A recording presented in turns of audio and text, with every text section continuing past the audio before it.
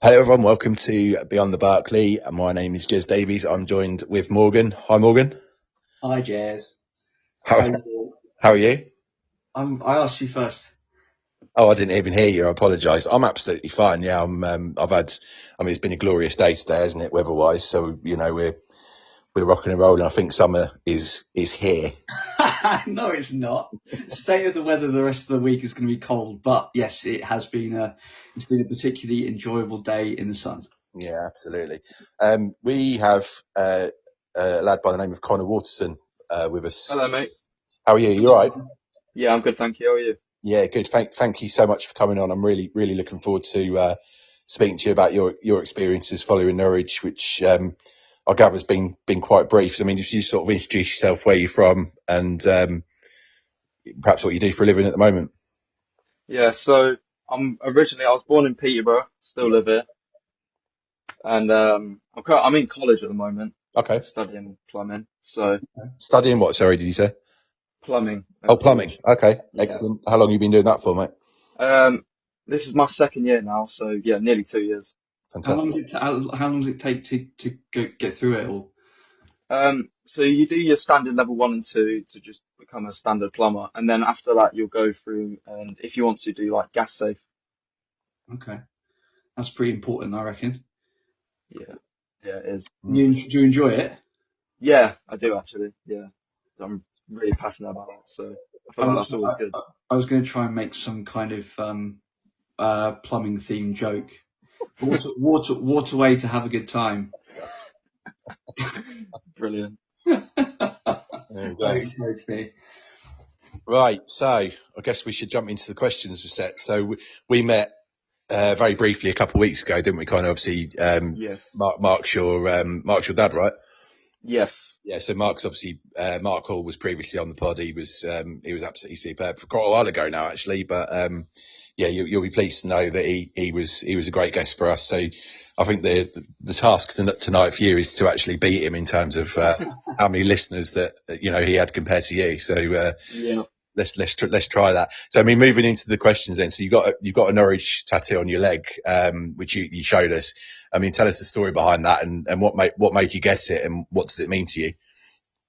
All right. So I would say a few years ago. Well, actually, a while now. When I was about 12, I used to support Chelsea because of just one player. It was Eden Hazard that somehow did it for me. I never went to a game or anything. It was just one of them ones. And then my dad took me to a few Norwich games, and then I wasn't really interested at first. I was interested in football. I wasn't really interested in Norwich City as a whole. And then after he took me it was probably about 5 games in, I started thinking, wow, I really like this. And I started going even more and more. And then I just fell in love with the team and the club. And then a few months ago, I decided, you know what, I'm going to get a tattoo of the badge. I can't remember because it was quite dark when we met. Was the is it the old emblem or the new badge? It's the old one. Okay. Yeah. Cool. We've when the time this goes out, we would have talked to one of the graphic designers that who worked alongside the graphics team for the new badge. So I always find it I really enjoy the chat about the badge. Yeah. Did you have the choice of doing the new one or the old one? Or do you prefer? Yeah. I had the choice, and I just thought I'll go with the old one. Yeah. 'Cause I feel like I like the old one better. Yeah. I do like the new one. I'm with you. I think I like the new one, and I like the fact what I like about the new one is it's not very different. It's not much different to the old one. They've just sort of modernised it, haven't they? Yeah. But you're right. I think for like almost like a legacy piece, it's great that you've got the old one. I mean, what's the story? Whereabouts did you get it done? I knew a family friend I knew, and he was a tattoo artist, so okay. I went to him. I wasn't sure if you'd gone to Benidorm or something and just. I thought, right. Because if I ever had one, that would be how I'd do it. I would have had to have a few beers beforehand for sure. No, you wouldn't, Jez. Can I ask a question? Did it? I mean, I've got quite a few. You could probably see in my little photo of my I've got a few on my arms and legs and things. Did it hurt? Be honest. Yes, it did a lot. The place where I got it done, it's right on my calf. Oh, okay. In the back of my calf, and yeah, it got better as it went on. It started off like really painful, then I kind of got used to it after a while. Yeah, you settle into it. Your body gets used to the shock of it all, I think. Yeah. Would you get any more Norwich themed ones? Yeah, I would, but I'm not. I just don't know what to get. I was thinking of getting like Never Mind the Danger, like on my arm or something like that. That's quite a nice idea. What about a small like OTBC somewhere? Yeah, actually, I was thinking of. I was actually thinking about that actually. I've just realised I'm probably not. I should be giving you ideas so that your mum and dad might give me some stick. Friend of mine, a big Luton Town fan, and he won't thank me. He actually came on when we first started doing the Beyond the South Stand series. So excuse me, our first guest for that was Adam Shortland, and he's got a tattoo on his wrist, which he says is copper plate writing, but it looks like Cheltenham Town FC, not Luton Town FC. So the C looks like an L. So we always rib him about that, and I think that was a drunken effort in the Far East. I think so. Yeah, I think it's as I say, the club crest you can't really go wrong with, can you? Rather than yeah, definitely. Morgan. Okay, so you've sort of explained that you're from Peterborough, originally from Peterborough, right? Yes. Okay. So why Norwich then? What made you fall in love with the club? Because obviously you've got the Posh down the road, right? Yeah. So I've been to quite a lot of Posh games actually, but for some reason I don't know what it is, but when I go to a Posh game, when I go to a Norwich game, it feels completely different. Mm. I just feel like I connect with the team more. I don't know why, but I feel like it was just meant to be, I guess. Yeah. I mean, Peterborough the last few seasons, and Jez, you're up on your players playing Norwich. Peterborough have produced some really good players, haven't they? Yeah. Yeah. And even Tony. Yeah. We've had Ryan Bennett. Did we get Ryan Bennett from? Yeah, we did. Yeah. And who else has come out of that? Well, you've got quite a few. You've got Craig McHale Smith.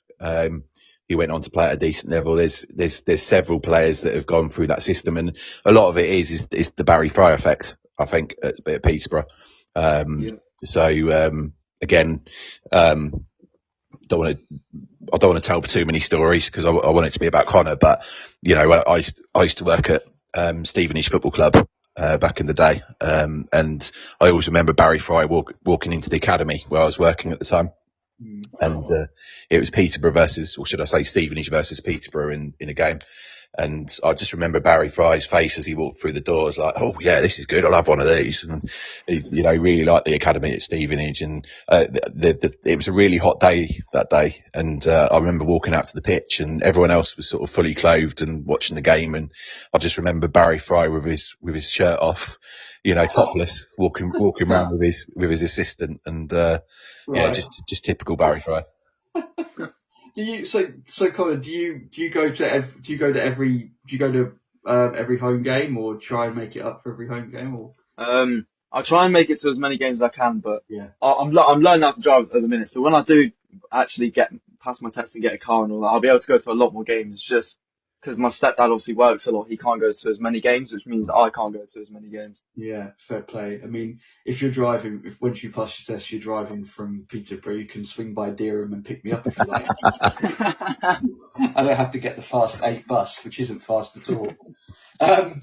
Yeah, Jez, if you are over to you. I'm ready. Conor, what is your opinion on the Premier League? And do you, I suppose, sort of an extension of that is, do you see Norwich as a club that belongs there, or do you enjoy watching Norwich more in the Championship?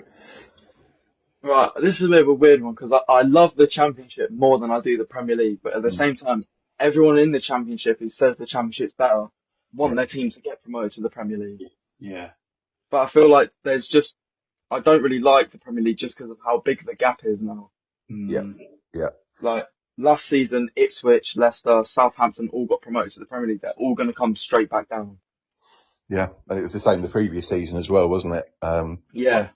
And you're right. I think that gap's just got, especially the last 2 years, because previous to that, I believe all three promoted clubs stayed up, but there was, there was circumstances there, which, financial circumstances, I guess, where, Forest, I think, spent a lot of money and were able to stay up. But you're right. I think that gap is ever increasing. I think the fact that they're allowed to do 5 subs now, which for me needs to stop, because I think you can change half your team, and it's like, well, that's not really, very fair I think fair might be the wrong word to use, but I think, the club, the established Premier League teams can pretty much change half their team, and they can afford to do that. Whereas the promoted teams have to really kind of, analyse where they need to strengthen their side.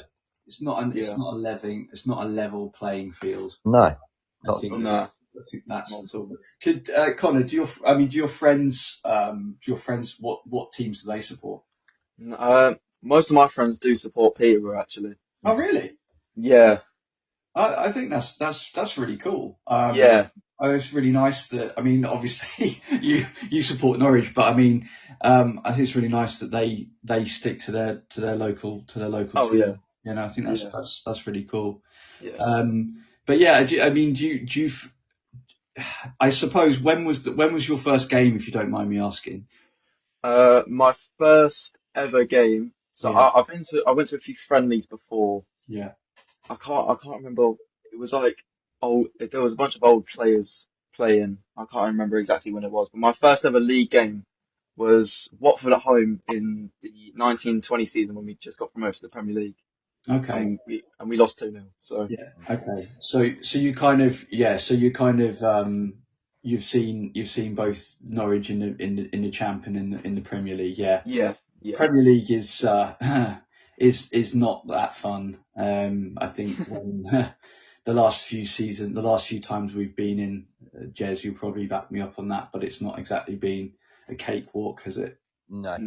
I think, the circumstances around the COVID season were so unique, I guess, that it looked like we were turning a corner. Leicester at the time were a decent side, and we beat them 1-0 at Carrow Road. I think Jamal Lewis scored.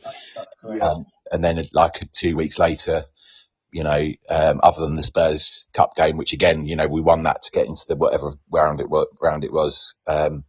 You looked at that and you thought, hey, we're turning the corner here. And then there was a global pandemic, and you think, right, what's going to happen? Because at that point, no one knew what was going to happen in terms of when the games were going to restart and whatever else. And I just don't think Norwich ever prepared for the eventuality of it restarting. And other clubs maybe did.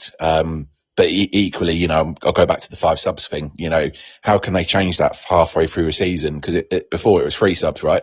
And then they went, right, this is a COVID measure, we're going to allow 5 subs. And they've never changed it. Yeah. I sound like I've got a bee in my bonnet about this 5 subs thing, don't I? You do. Everyone's got to have a hill to die on, though. So kind of, in your view then, what do you think? Do you view Norwich as more of a championship club then? You can be honest, we're all friends here. I think from what I've seen in the past few years, since about 2019, 2020, I think we have been more of a championship club. But I do believe that in a few years, with a good manager and with the new owners, obviously, hopefully investing a bit more money, that we can become an established Premier League team. Yeah, wow, that the patience that exudes from you saying that, I'm pretty shocked, to be honest. I think you might be the only patient fan aside from me and Jez at the moment, but fair play. Is it me next? It is. Oh, okay. So, bear with me. So, how do you follow the club on social media? Which platforms do you use the most? And where do you get your Norwich news from? So I use Instagram for the main sort of following, and there's a few other accounts on Instagram that aren't the actual club themselves, it's other people putting the news on there. So that's normally where I get my news from. Sometimes Twitter, but yeah, mainly Instagram. Okay. And what are the other platforms on Instagram. So you've got the official Norwich one. Yeah. Any you would recommend to the listeners? There's an account called Bleed Norwich, Yeah. which I do like. Funny enough, Connor, we had Alex, who is the, I guess, the main guy for Bleed Norwich. He actually came on the podcast a few months ago. Oh, wow. And talked passionately about that group and how he set it up, and I think he's got to about 10,000 followers now. So I'm pleased you mentioned him, actually. Yeah. Is there any others? Not that I can think of. Actually, no. I can't remember the name now, but I think there is a couple others. I just can't remember the names of. Yeah, I think the NCFC Daily is one that I've seen on Instagram. Yes. They're quite good. We used a couple of their stuff on our Instagram account as well, just to share the love a little bit, I suppose. Yeah, because it's all intertwined. So do you, Colin? Do you find the stuff that the club puts out? Do you find it? I guess how do you find it? Is it interesting? Do you find it exciting, or do you feel that it's well done? Yeah, I do feel like it's well done because when I see our transfer rumours for certain players, I think because sometimes they're linked with Peterborough players, and I'm like, oh, this is sick because I know how some of these players are and how good they are. Yeah. So I know how they fit with Norwich, and I just thought that would be pretty cool. Yeah. There was that recent rumour, or that player that he failed the medical, didn't he, Jez? Can't remember his name. Conner, help me out here. It was in January. Was it Fernandez? Yeah. Centre back. Morgan, I'm going to have to go for a second. I'll leave you with it. Yeah, no problem. Yes, I think so. And he failed last minute, right? Yeah. Do you know anything about that? Do you know anything about that player? What sort of firm? If he was any good? He was a decent centre back. He had his off games. He had his games where he was brilliant. Yeah. But yeah, I don't really know much about him other than he's very 50-50, which is kind of what Norwich are. So he probably fits. He'd fit in a tree. Yeah. No, I think that it's a decent there's some decent stuff that's sort of put out there by the club, and obviously like bleed Norwich and that kind of thing. Do you follow anything like? I guess are you sort of like into your tactics, or are you just more into like just general content? Just general content, really. I don't really pay attention to the tactics. I don't really understand it, to be honest. Yeah, I understand. I think Jez understands it a bit more than I do. He's got more tactical awareness because he's had experience with like managing football, women's football teams and different things like that. Whereas I'm very much a case of I watch it and I read a little bit about it, but I can never overanalyze it because I guess some people really enjoy that side of stuff, and hey, all power to them. But I think for me, because my day job is kind of analytical, the last thing that I want to do when I go to a football game is be analytical. Just see what I mean? I use it as a form of escapism, and when pleasure when it's going well.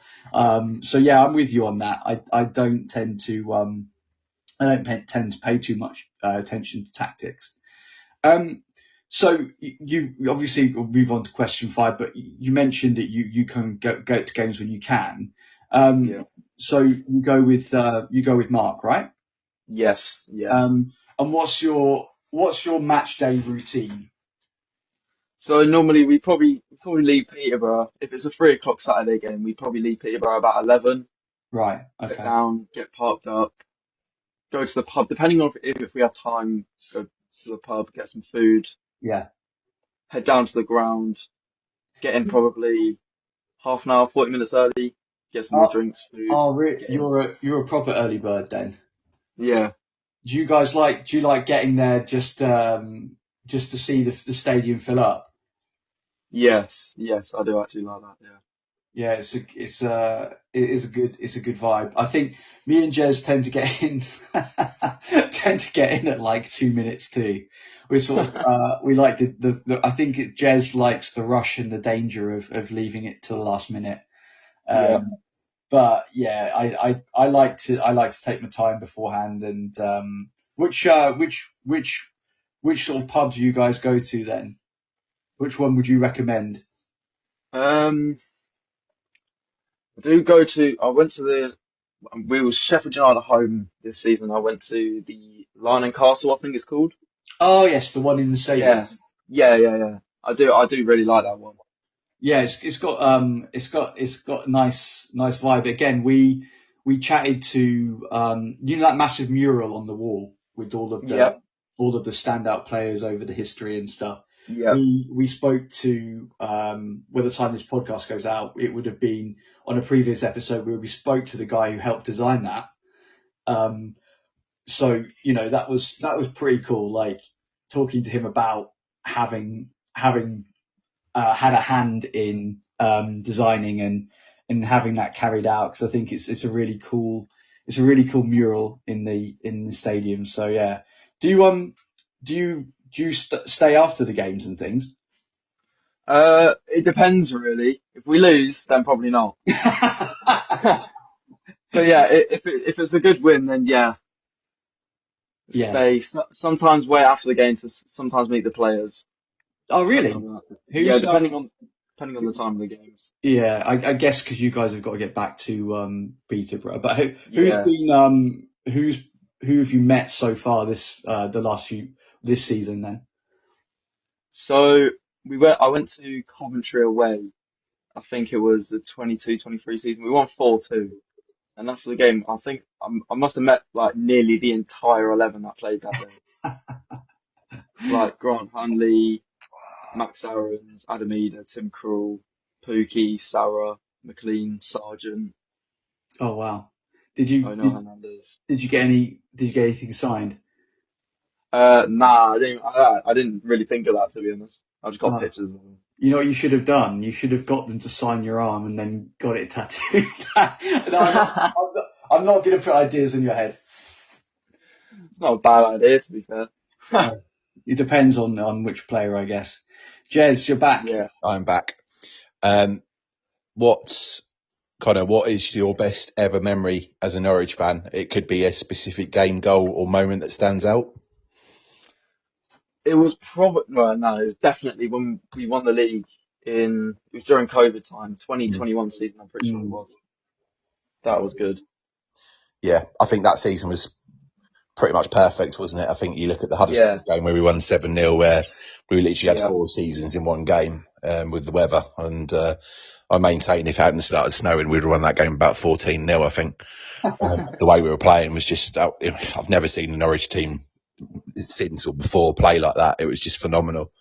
I remember watching the game. That was the only downside for me that season, was the fact that other than the Sheffield Wednesday game, which I went to, which was just completely weird, when it's you sat in the south stand and there's not anyone sat around you, sort of 5 seats either side of you either way. It was just bizarre. But we weren't able to go and attend those games, and I think in a strange sort of way, I think that is as much as it dented our season, the previous season. I think it really helped us the following season. Yeah. But you're right. I think it was great, and it was great seeing the images of the fans that had braved it outside the stadium when we actually won the league. It was superb. Yeah. What's been your standout goal, if you can remember, the last few seasons? From what I can remember from one of the games I actually went to Hull at home a couple of years back.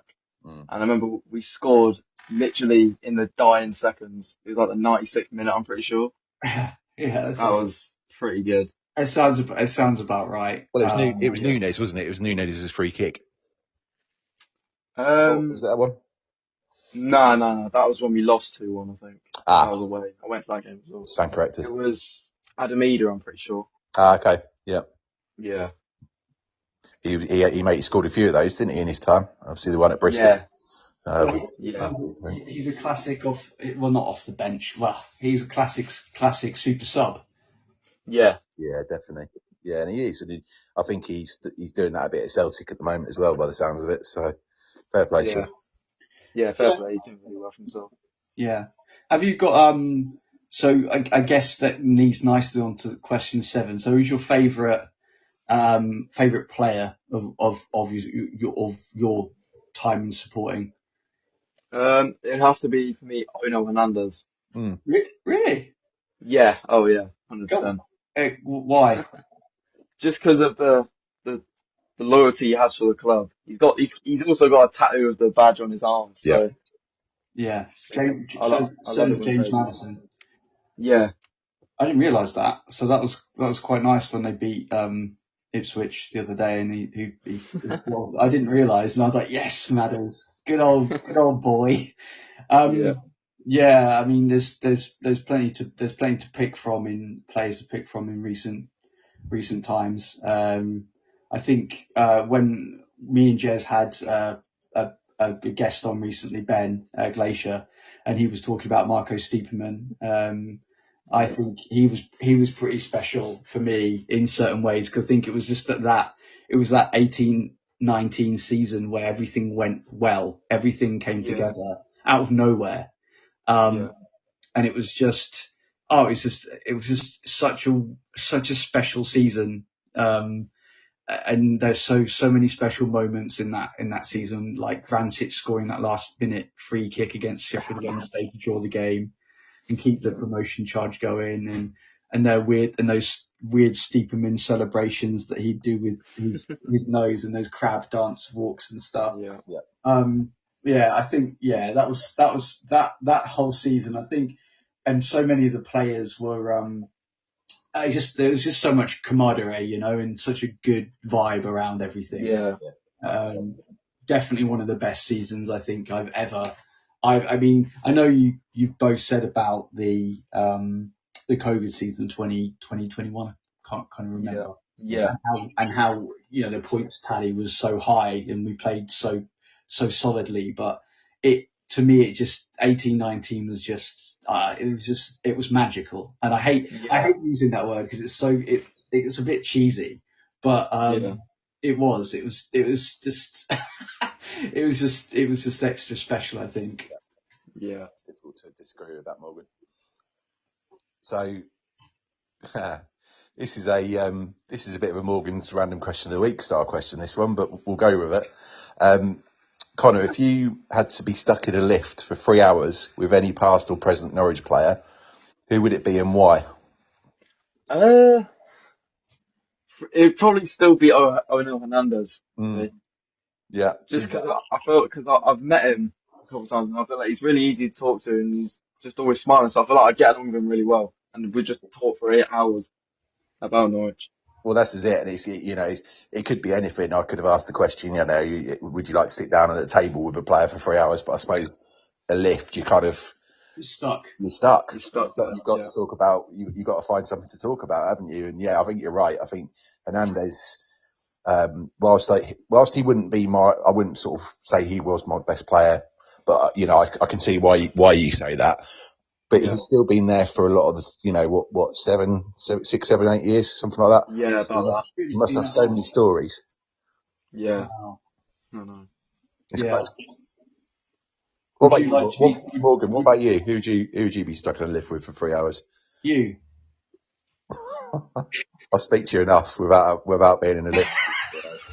I mean, when we're stuck in the car for 4 hours, weren't we, or whatever it was? So with lowercase p, yeah. So so if we can do that, but player wise, that's a good question. I think Tim Closer for me, and I'm determined to try and get him on this podcast because I think he's got. I don't know. It's just he's got a lot of. I think he's quite well travelled. Yeah. Like he's quite culturally, what's the word? Aware. So I reckon he's got some great travel stories, and and he seems really funny and down to earth. So Yeah, for me, Team Close all day long. Yeah. Great. What about you? Team Pookie. Go on. Just the goal stories that we could both talk about, really. I could talk about my goals. He could talk about his. It's fun. What life goals or? No, just goals that you score as a centre forwards, and talk about various techniques and stuff about how you kick a football and how you deceive the goalkeeper and stuff. Yeah. I'd certainly think I've got a bit to offer, and he's got a lot to offer me. So no, in all honesty, no, I think it would be Peaky just because of the stories that he could tell, and a lot of stuff around his sort of international career with Finland as well. So, and going across to America and playing, that must be such a great experience. Yeah. Connor, you have to excuse Jez. He always likes to drop in the fact that he once played as a forward for a football club. Jez. Yeah. Those halcyon days are behind you now, mate. Let it go. Well, yeah, unfortunately my knees these days can't take it. But turmeric tablets, they are natural anti-inflammatory. Okay. There you go. We learn something new every day. Connor, have you ever played? I've never actually. I did. I think I played for a team when I was like 8, but I've never really. I'm kind of terrible at football. I'm not gonna lie, so I'll stick to watching instead of playing. Join the club. I am pretty bad, but I know I can. I'm not bad at reading the game, but I'm not very technical. I never got to the dizzying heights of Jez Davies. No comment. Okay, so what's your take on the current squad and how we're doing this season? I mean, you mentioned earlier you were slightly optimistic, so I'm hoping that you'll carry this on. Okay, so this is gonna sound like crazy to a lot of people that I've been supporting the club for years. But I generally think this is a similar season to Farke's first season, when I think he finished 14th, I think, in his first season, and then the next season absolutely stormed the league. I don't think we'll win the league next season, but I do think we have a great chance of getting promoted next season. And what do you think to the current squad? Yeah, I think there's a lot of young talents in there that definitely have a lot of potential to be amazing players in the future. Like players like Signs, he's definitely has the potential. He just sort of needs to sort out his attitude a bit. He has got a lot better since obviously he got that 6-game ban. But no, overall, like players like Callum Doyle, I know he's only on loan, but I think he's class. Yeah, I like Callum Doyle. I hope we get him either permanently or back again next season, because I think he's worthy of that in terms of he could probably go and play lower end Premier League, but I'd really hope that they see the worth of him coming back. Yep, I do hope that as well. He's been farmed out quite a bit though, hasn't he? So I think he's probably looking for a bit of a permanent home. I'd say you were bang on, Connor. I think that what you said there about the squad being very young, I think maybe we've gone a little bit too far that way. Probably could use some a little bit more experience in the spine of the team. I mean, I'm looking forward to seeing how Wright develops as a defensive mid that we've been lacked since Skip. Because McLean just isn't he's not a defensive midfielder. So yeah, I think that we just need I guess they need to kind of get used to the league, and it's not as we know, it's not an easy league to play to find your feet in. Especially not how like relentless it is. Yeah, definitely. No, I completely agree. Definitely. Right, which leads us nicely to the last question before Morgan's random question of the week. So, where do you see Norwich in 5 years? And I've given some sort of outlandish sort of scenarios here. So, back in the Premier League, pushing for Europe, or still a Championship club?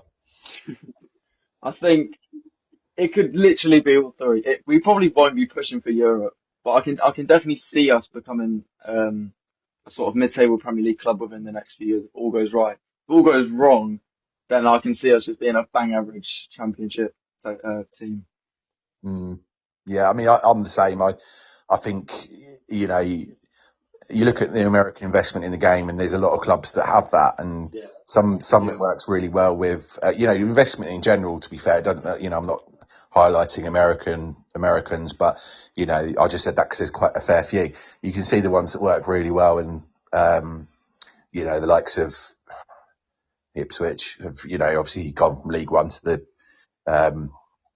to the Premier League in consecutive seasons, and I know that it looks like they're coming straight back down again, but you know, but likewise, there's teams like I'm trying to think of an example now. Reading, for instance, that had I don't know if they had American investment, but they certainly had investment, and it's just gone completely on there. Swansea did. Swansea, and you know, they haven't pushed on really, have they? So yeah, you're right, Conor. I think it could really, really go in any way at the moment, and I just hope people kind of stick with it a little bit and stick with the project. I think that's the only thing that the fan unease, because that can have a knock-on negative effect if you know, if a lot of people are feeling you know, dissatisfied with how things are going, it can affect the players on the pitch, and you know, that does have you know what it does. The groundswell of negativity does have an impact. I don't really care what anyone says. I think it does seep into players' psyches, and if we're not playing well on the pitch, then everything else is, you know, it doesn't matter how good their finances are. People want to see good play on the pitch, you know. So I think you're right. I mean, what have you put? I'm just looking at the question again. Where do you see Norwich in its 5 years? 5 years. Why do you put that arbitrary time frame on? Well, you know that how that upsets me. Yeah. What would you prefer? Just where do you see Norwich in the future? That being vague as you can be. Well, it's like an interview question, isn't it? I think that's quite often something that you get asked in an interview. So where do you see yourself in the next 5 years? Hopefully alive and with a job. Yeah. Yeah, definitely. So what's the next step for you with the plumbing then, mate? Are you going to go for an apprenticeship then, or you just go straight into it once you've qualified? Hopefully I can get an apprenticeship and get my gas done, because that's where the real money is in plumbing. Yes. And then hopefully I can just go from there. Yeah, no, 100%. It's funny enough, the guy that I sit next to, and he won't mind me mentioning him. I've sat next to him for the last 15 years at Carrow Road, at least. He's a plumber. And he's busy all the time. I mean, any plumber that I know, and I know another guy around here that does it, Joel, and a West Ham fan, unfortunately. But you know, they're just so busy, and it's because people, you know, commercial, industrial, residential, everyone needs it, don't they? You know, something goes wrong in the house, that's it. You need to give someone a call. Yeah, and it's not Ghostbusters. No, it's not. Certainly not. Yeah, it's something else, Busters, but I can't. Drain Busters. There you go. U-turn Busters. Yeah. Right. Busters. Right. I think it's time, Morgan. Oh, it is. Are you ready for this, Connor? This is what you've been waiting for, isn't it? Yeah, I think I'm ready. That's good enough for me. Random question of the week. I've been working on that. So Connor, just to boost mine and Jez's egos, if you could get a tattoo of so if you could tattoo me on Jez, what would I be doing and why? So if I was to tattoo like your face and body on Jez's body, what would you be doing on the tattoo? Yeah, what would I be doing? Family podcast, remember? Yeah. Oh, I got to think of this now without saying anything too rude.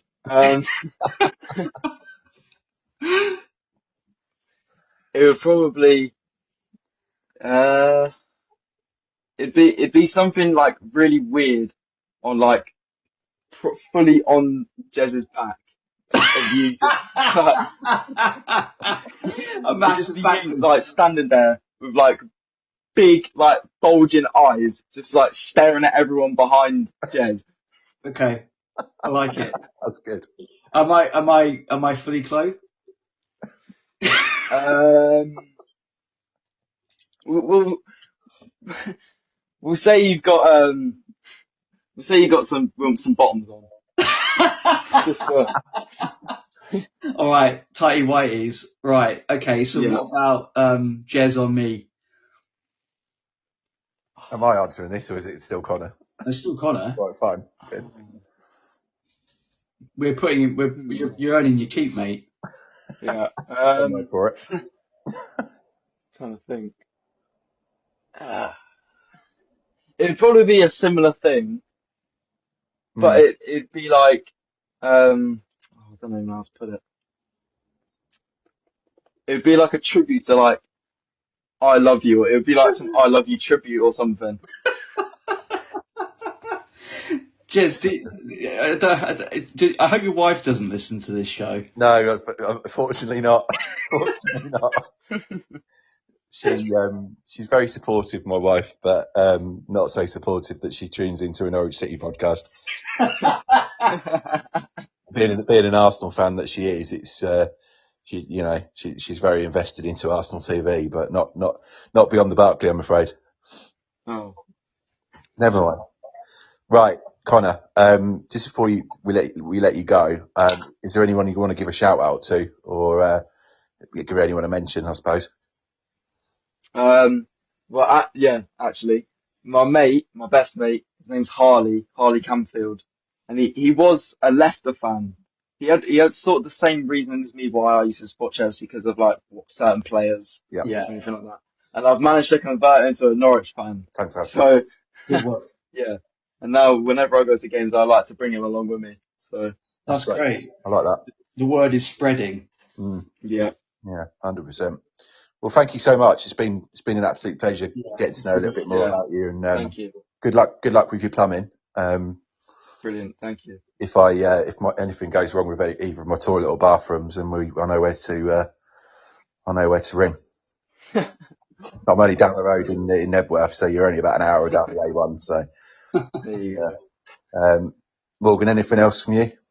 No, I just want to say thanks for coming on, Conner, and obviously to Mark for sorting it out as well. Yeah. And hopefully we'll see each other before a game sometime. Jez, we've got a long list of people that we will never actually get to the game at the time we meet everyone before kick-off. Ever increasing, isn't it? But yeah, no, thanks once again, and thanks to everyone for listening. You can follow us on all of our social media channels, which is Facebook, Instagram and X. You can now watch the show on YouTube, as well as listening to the brilliant podcasts, which include Beyond the Barclay, Beyond the South Stand and the O'Grady Away Days. Thanks everyone. I've been Jez Davies. I've been a bumbling idiot. And I've been Conner Waterson. Yes! Got it! Yes! You're the first person.